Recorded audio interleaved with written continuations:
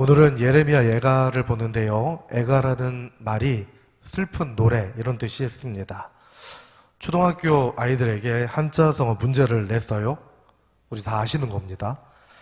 술에 취해 거리에서 큰 소리 지르거나 막 큰 소리로 노래 부르는 걸 뭐라고 하지요? 내자로 고성방가라고 합니다.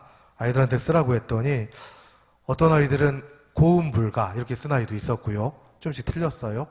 가장 특이한 답은 뭐였냐면 어떤 실감나는 답이에요. 내자 아빠인가? 뭔 얘기인지 아시겠죠? 아이 입장에서는 아빠가 밤늦게 이렇게 술 드시고 막 소리 지르고 노래 부르시니까 아빠인가? 자녀가 부모님을 닮는 건 참 당연합니다. 저도 어렸을 때 이제 원래 그렇잖아요. 아이들이 엄마 아빠에게 이렇게 용돈을 받으려면 힘들잖아요. 그럼 제가 이렇게 보다가 꼭 손님이 와 계시면 그때 굳이 맞춰가지고 엄마 100원만 주세요. 이제 어머님이 막 화가 나시는데 어떡합니까? 이를 꽉 깨무시고 그래 일단 100원을 주시죠. 목적을 달성했으니까 저는 신나게 쓰고 이제 혼나는 건 뻔히 아는데 그 정도 혼나는 거 가지고는 뭐 100원을 충분히 그럴 수 있으니까 그렇게 했던 기억이 납니다. 근데 안 가르쳤는데요. 제 막내 아들 녀석이 똑같은 짓을 합니다. 저도 깜짝깜짝 놀래요. 평소엔 안 그러다가 교회에서 성도님들과 대화하고 있으면 갑자기 와서 1,000원 달라고 하기도 하고 핸드폰 달라고 하기도 하고 제가 이를 꽉 깨물고 이따 보자 하면서 가는데 저 역시 몇십 년 전에 그런 심리였기 때문에 아들도 똑같은 마음으로 다가온 것 같아요. 혹시요 성도님들 보실 때 제가 애들한테 막 심하게 할 수 있습니다. 목사님 왜 저래? 이렇게 오해하지 마세요. 이 녀석들이 성도님 계시면 저를 이용하기 때문에 가리키는 차원에서 그러는 거예요. 혹시 제 입에서 애들한테 욕설이 나갈 수도 있고 머리를 꽝 때릴 수도 있어도 저는 절대 그런 사람이 아닙니다. 저는 아시는 것처럼. 자녀들은 부모님을 닮아가는데 기왕이면 좋은 걸 닮아야죠. 나쁜 걸 닮을 수도 있습니다. 근데 하나님 자녀는 하나님에게 나쁜 걸 닮을 게 없잖아요. 우리 하나님께 좋은 것들을 닮아야 되고요. 그런 삶을 살아야 됩니다. 예레미야 애가는 여러 의견들이 있어요. 예레미야가 썼다는 얘기도 있고 아니다, 딴 사람이 썼다는 얘기도 있지만 어쨌든 예레미야가 쓴 걸로 많은 사람들이 추정하는 그런 글이에요.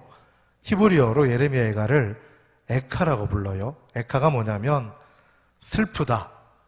장례할 때 조가 부를 때 이렇게 탄식하는 그런 관용어입니다. 오늘 본문의 말씀 시작할 때 뭐로 시작했습니까?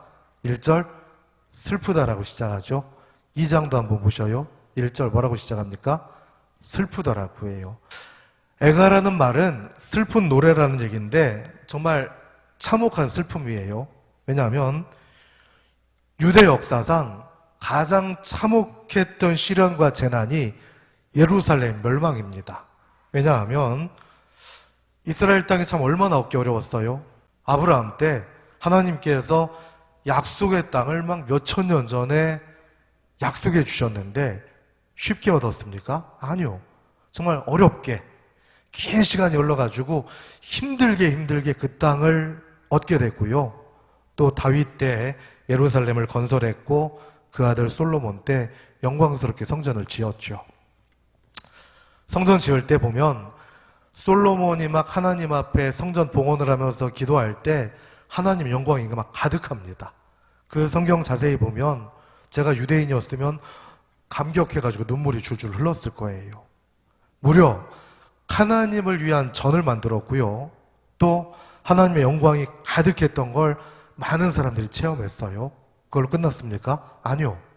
제사장들이 정말 진심을 다해서 하나님 앞에 매일매일 제사를 드리는 유대인들이 생각했을 때는 절대 멸망할 수 없는 영원한 하나님 나라가 예루살렘에 세워졌다는 거죠. 근데 그 나라가 몇 년 갔습니까? 500년도 못 갔어요. 그 성은 무너졌고요. 많은 사람이 죽었습니다. 포로로 끌려갔고요. 절대 무너지지 않을 것이라던 예루살렘 성전은 불에 탔고요. 그 안에 있는 고급 집기들, 금덩어리 이런 것들은 싹 약탈돼 갔어요. 그래서 예레미야 애가서는 나라 잃은 슬픔, 유대인들의 역사상 정말 상상도 못했던 일들이 일어난 그 기록을 슬프게 표현한 글이에요. 예레미야 입장에서는 지난 한 40년, 50년 동안 선포하면서 그랬잖아요. 이스라엘 멸망이, 유대 멸망이 하나님 뜻이기 때문에 빨리 항복하라고 계속 그랬잖아요. 항복을 안 하다가 결국 멸망당하면서 엄청나게 많은 사람들이 죽었습니다. 예레미야가 표현하기를 이렇게 표현해요. 이 슬픔이 얼마나 크든지 창자가 끊어지고 간이 땅에 쏟아질 정도라고 표현할 정도로 예레미야 예가는 정말 슬픈 아픔을 기록한 글입니다. 기록을 보면 예루살렘 온 천지에 시체 타는 냄새, 시체 썩는 냄새가 가득했다고 하고요. 그 다음 그 부모님 잃은 아이들의 울음소리, 또 아무런 희망이 없는 노인들의 탄식소리가 가득했다고 할 정도니까 쉽게 표현하면 지옥이나 마찬가지였을 겁니다. 예레미야서에서는 남유다를 멸망시킨 바벨론이라는 나라 이름을 100번 넘게 얘기했습니다. 한 160번 정도 얘기했는데 예레미야 애가는 나라가 멸망하고 포로로 끌려간 상황을 기록한 글이에요. 그 예언의 말씀이 선포된 현실입니다. 근데 희한하게 예레미야 애가서를 찾아보면 바벨론이라는 이름이 한 번도 안 나와요. 이상하네요. 멸망하기 전에는 바벨론이 하나님의 악의 도구, 심판의 도구로 쓰여질 것이다. 그런 말을 계속했는데 현실이 되니까 바벨론 얘기를 안 해요. 왜 그런지 아십니까? 정확하게 말씀드리면 예레미야 입장에서는 이 고난과 아픔이 바벨론 때문에 그렇다는 게 아니에요.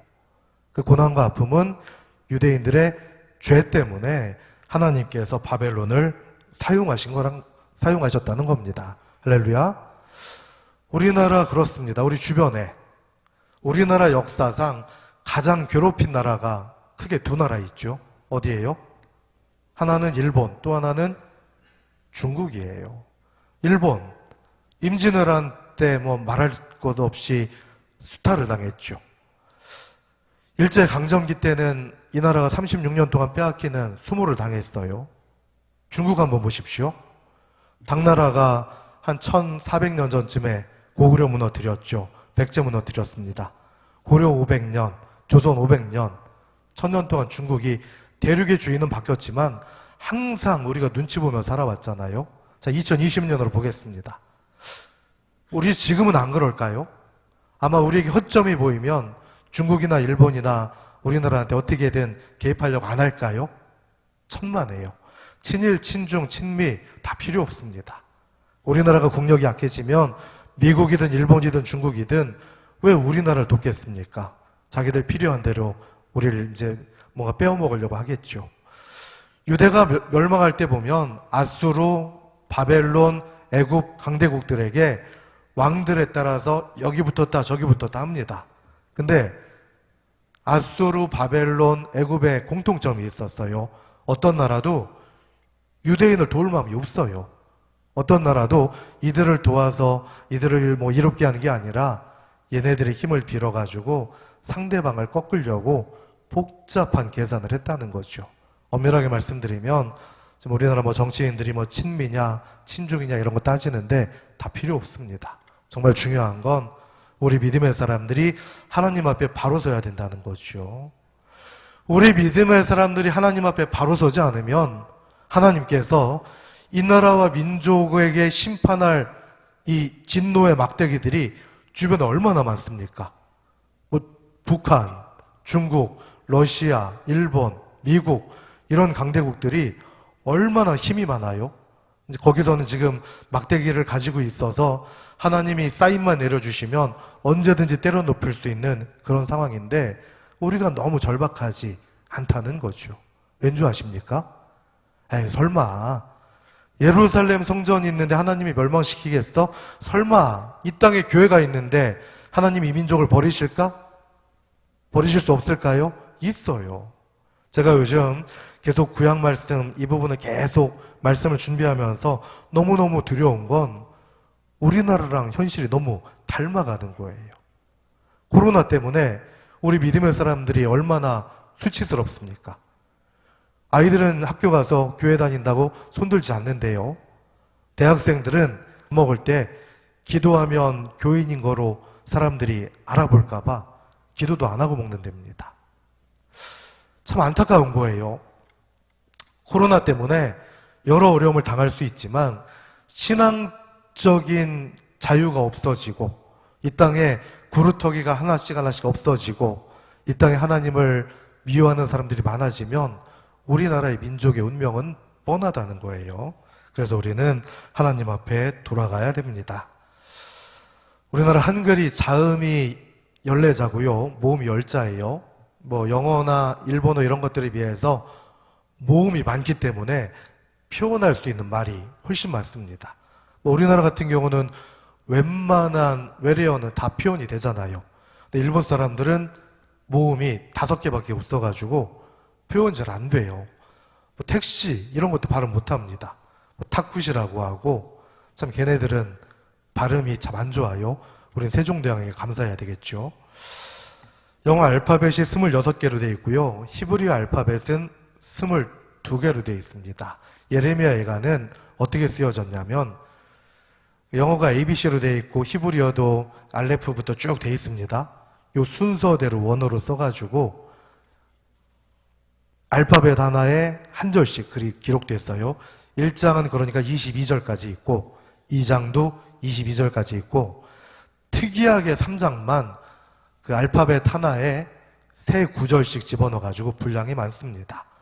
딱 느껴지는 게 있나요? 대충 쓴 것 같습니까? 계획적으로 쓴 것 같습니까? 계획적으로 쓰여졌죠. 예레미야 예가는 다른 글들에 비해서 치밀하게 계획적으로 쓰여졌어요. 계획적으로 쓰여졌는데 어떤 것들을 계획적으로 썼냐면 하나님의 진노에 초점을 맞췄다기보다는 하나님께서 그토록 경고하셨던 게 이제 성취됐잖아요. 심판.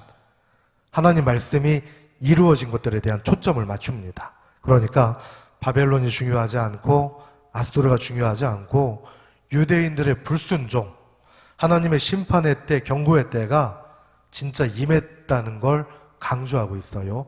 거기다 한마디 더해서 그럼에도 불구하고 하나님 앞에 소망에 대해서 기록하고 있습니다. 이걸 이렇게 비유하면 이렇습니다. 쉽게 얘기하면 우리가 의사한테 진료를 받았어요. 의사가 환자한테 얘기합니다. 아유, 건강이 안 좋으니까 음식 좀 조절하십시오. 또 운동 좀 하세요. 술, 담배 끊고 커피나 이런 것들 끊으세요. 의사가 얘기했다고 칠게요.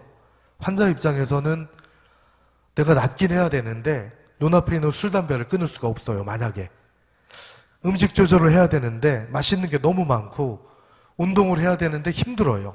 그래서 의사 말은 알았는데 차일피일 미루다가 건강을 잃었다고 할게요. 그럼 환자가 의사 앞에 가서 의사에게 의사 잘못이라고 할 수 있습니까? 없잖아요.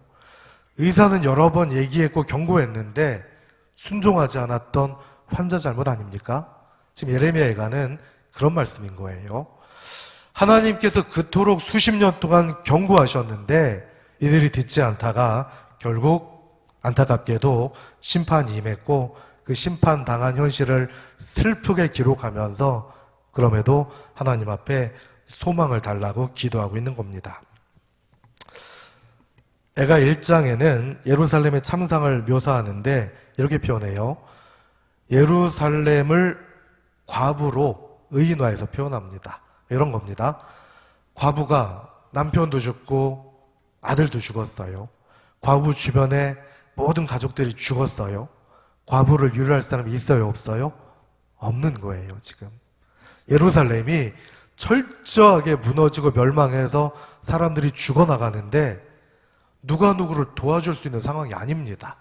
전부 다 죽고 병들고 가난하고 아프고 할 수 있는 게 없기 때문에 아무런 위로함을 받지 못한다는 거예요. 예레미야는 얼마나 이게 심했냐면 예상은 하고 항복하라고 했는데 결국 멸망했습니다. 예상된 도륙이 있는데 그것과는 비교할 수 없이 심각하게 더 많이 사람들이 죽어나가고 핍박당하니까 너무너무 안타까운 거예요. 2장에서는 하나님의 진노는 충동적인 게 아니라, 변덕이 아니라 하나님께서 공의로운 약속을 하신 게 이제 이루어진 거다, 이런 말씀을 합니다. 유대인들이 불의하고 이방신 섬기고 이방인들과 계속 어울리고 하나님을 멀리했을 때 선조들의 죄악이 쌓여가지고 결국 그때 무너졌다라고 얘기하고 있어요. 우린 잘 이해가 안 됩니다. 성경 말씀 보면 참 신기하게 이스라엘 백성들 왜 이렇게 바알신을 좋아합니까? 이유는 간단해요. 농경사회 전에 이스라엘 백성들은 유목민이었습니다. 여기저기 다니는 사람들. 자, 지금 계절의 변화에 민감해야 되죠. 풀이 없으면 풀 난 곳으로 떠나야 되죠. 물이 떨어지면 물이 있는 곳으로 출발해야 되는 거예요. 그러니까 항상 하나님 앞에 민감하게 받고 기도했고 하나님 앞에 레이더를 쫙 맞췄어요. 이제 약속의 땅에 들어왔습니다. 정착했어요. 농경사회가 됐어요. 예전에는 물을 찾아 다녀야 되는데 이제는 물 웅덩이를 파가지고 물이 있어요. 옛날엔 풀이 떨어지면 멀리 찾아다녀야 되는데 지금은 곡식을 수확해가지고 좀 비싸더라도 창고 가면 먹을 수 있습니다. 그러다 보니까 유목민 때 봤던 하나님하고 지금 농경사회가 된 상태에서 하나님은 덜 실감 나는 거예요. 그러다 보니까 당시에 농경문화의 신이었던 바알신이 더 친근해집니다. 그래서 그렇게 하지 말라고 하는데도 바알신에게 계속 유혹을 받았다는 거예요. 근데 오늘날도 마찬가지예요. 오늘날 흔히 말하는 만몬신이라는 신이 있지 않습니까? 돈의 신. 오늘날 돈의 유혹을 안 받는 사람이 어디 있겠습니까? 성경 말씀 보면 믿음에 대해서는 214번 나와요. 그리고 구원에 대해서는 218번 나옵니다. 믿음과 구원을 합하면 대략 440번 정도 성경에 기록되어 있어요. 근데 돈에 대해서 몇 번 나오는지 아십니까? 그러니까 이건 제가 다 세본 게 아니에요. 컴퓨터 검색을 해보면 알 수 있습니다. 돈에 대해서는 3,000번 넘게 나와 있어요. 돈이 중요해서 그렇습니까? 아니요. 돈이 믿음보다 중요할 수는 없지요. 돈이 구원보다 중요할 수 없어요. 근데 그렇게 많이 나오는 이유는 그만큼 돈이 유혹이 심하기 때문에 조심하고 조심하고 조심하라는 얘기입니다. 물론 돈으로 다 되는 건 아니지만 솔직하게 말씀드리면 돈으로 웬만한 건 거의 됩니다. 돈이 있으면 편리하고요. 그래서 세상 사람들이 그렇게 돈에 이제 집중하는 거예요. 틀림없이 기억하셔야 될 건, 그러나 정당한 부자가 아니면 하나님께서 언젠가 걷어가셔요.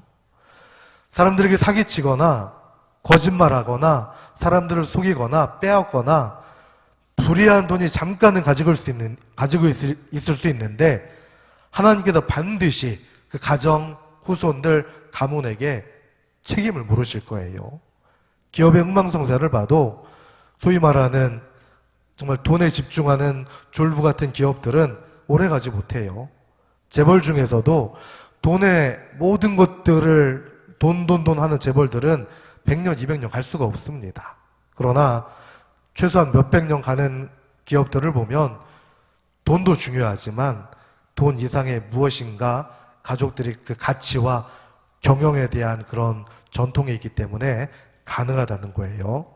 사랑하는 성도 여러분, 우리가 반드시 기억하셔야 되는 것은 하나님께서는 반드시 심판하셔요. 할렐루야. 하나님께서는 노하기를 더디하시는데 언젠가는 반드시 심판하셔요. 우리가 심판의 하나님이 두려워서가 아니라 하나님께서 우리에게 명령하시고 선물 주시고 인도하실 때 믿음으로 순종해 나가면 참 좋지 않습니까? 우리가 그런 삶을 살아야 된다는 거죠. 4장에서는 이제 과거 번영할 때 예루살렘하고 현재 멸망한 예루살렘을 비교하면서 이제 예레미야가 탄식하는데 이런 거예요. 그렇게 웃던 아이들, 웃음소리 가득하던 아이들이 이제 구걸하고 있고 부자가 길에 떨어진 음식을 주워 먹고 있는 현실, 화려했던 많은 사람들이 거지가 돼 있고 왕의 후손들은 포로로 끌려가 있는 현실을 얘기하면서 죄악의 결과, 극심한 굶주림과 이방인들에게 수치를 당한다고 말하고 있어요. 결국 예레미야는 아픈 현실을 고백하면서 백성들이 회개하기를 바라고 있습니다. 요즘 정치권을 보면서 제가 이제 확신하는 건 뭐냐면 거의 모든 일에 100% 서로 대치하고 있잖아요. 작은 일 하나까지도 웬만한 것들은 거의 대치하고 있습니다. 국민들 통합보다는 분열의 길로 가고 있는 건 확실한 것 같아요. 뭐 누구 책임이 아니에요, 이건. 여 책임, 야 책임이 아니라 둘 다 책임이에요. 예전에는 상대방을 무시하고 모욕했는데 요즘은 제가 볼 때는 도를 넘었어요. 상대방을 무시하고 모욕하는 걸 넘어서 상대방을 멸시하고 사람 취급을 안 하는 것처럼 느껴져요. 제가 요즘 현상을 보면서 그런 생각이 드는 거예요. 이게 만약에 100년 전이었으면 우리나라가 일본에 빼앗길 때 얼마나 손쉽게 뺏겼습니까? 우리끼리 똘똘 뭉쳤으면 일본하고 이렇게 싸울 법 했는데 우리가 분열돼가지고 일본 군사 2,000명한테 그냥 손쉽게 빼앗겼잖아요. 시계를 또 거꾸로 돌려볼게요. 임진왜란 바로 전에 통신사를 보냈는데 도요토미 히데요시를 보고 어쩜 그렇게 둘이 정반대 의견을 얘기합니까? 참 신기해요. 이유는 간단합니다. 왜 그러냐면 내 중심으로 세상을 보니까요. 내 이익으로 보니까요. 이게 불이하면, 정당하지 못하면 우리 편이든 내 이익이든 포기해야 되는데 내 이익이 중요하니까 남들이 그거 할 때는 그렇게 비난하다가 내가 똑같은 일을 저지르면서 이익이 되면 나를 옹호하는 겁니다. 말이 되는 거예요, 이게. 이래선 하나님이 기뻐하실 수 없다는 거예요. 이런 분들은 하나님이 인도하시기 어렵습니다. 예를 들어서 부모님이 자녀들에게 회초리를 때리는 이유는 자녀 잘 되라고 때리는 건데 그 회초리를 맞고 정신 차리는 자녀가 있고 회초리 맞고 때린 부모님을 막 원한을 품고 회초리에 집착하는 자녀가 있을 수 있습니다. 나중에 성장했어요. 한 녀석은 부모님에게 은혜로 갚을 것이고 어릴 때 회초리 맞고 한을 품었던 자녀는 부모님에게 원수 갚겠죠.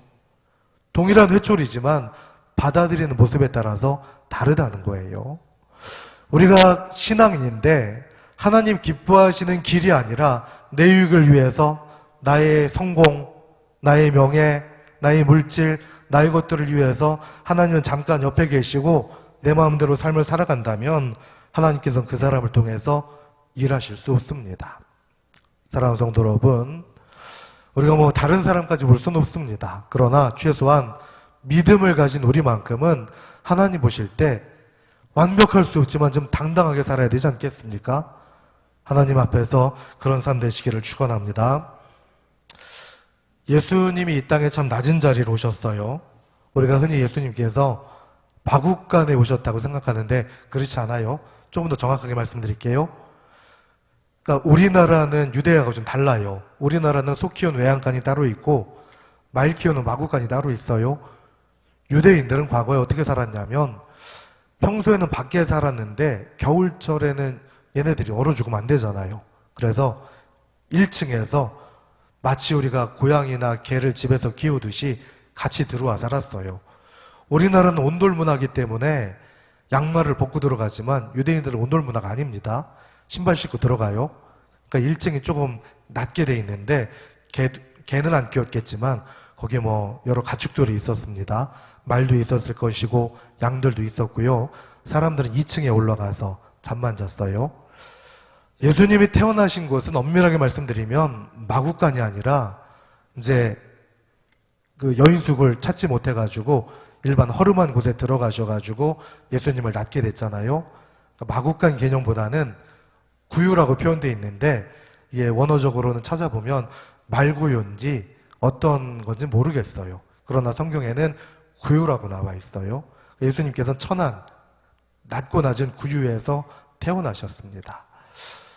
제가 작년에 성지순례 갔을 때 이 예수님 탄생하신 그 탄생교회 갔었지만 사람들이 너무너무 많아가지고 사진 찍을 수가 없었어요. 영상 찍기도 어렵고. 근데 유튜브 봤더니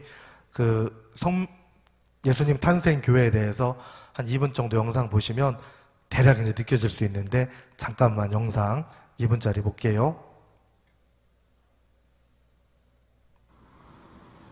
이스라엘이 세운 소리 좀만 크게 해주세요. 도시 전체를 에워싼 곳, 예수가 태어난 마을 베들레헴입니다. 과거 마구간이 있었던 자리에 십자가 지붕을 얹은 교회가 들어서 있는데요. 예수가 십자가에 못 박혀 죽은 후 300년이 흘러 세워진 교회입니다. 이 탄생교회 입구가 문이 3번이 변했는데요.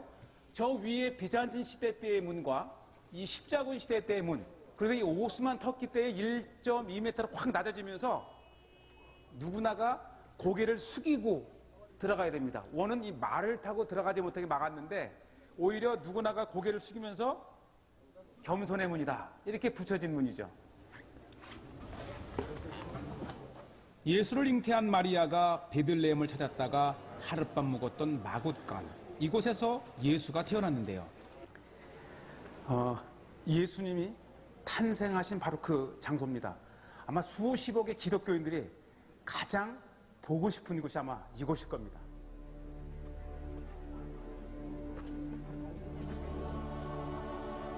(2000년) 전 말을 키우던 동굴 마굿간. 예수는 화려한 궁전이 아닌 초라한 말 구유에서 태어났습니다. 세상 가장 낮은 곳으로 오신 그분의 뜻을 기리며 기도를 올렸는데요. 위대한 인물의 탄생지로 인도했던 별입니다. 바로 동방박사를 예수님의 탄생 장소로 이끈 그 별이 하나 내려와 앉아 있고요. 별처럼 밝게 빛나는 삶이 아닌 사회의 어두운 그늘 속에서 가난한 자의 친구로 살았던 예수, 그 숭고한 정신을 새겨봅니다. 됐습니다. 저 지역이 베들레헴인데 지금은 그 팔레스타인 사람들이 훨씬 많이 살고 있고요. 또 쉽게 표현하면 가난하고 슬럼 가고 깨끗하지 않아요. 참 안 좋습니다. 근데 저 안에 들어가면 예수님 탄생하신 그 자리를 보려고 사람들이 줄을 쫙 서 있는데 우리 한국인들은 못 견딘대요. 2시간, 3시간을 못 기다리니까 저기까지 가서 저기를 안 내려가고 오는 거죠. 지금은 그럴듯한 건물인데 아까도 멘트에는 이제 마구간으로 나와 있지만 정확하게는 말구유가 맞습니다.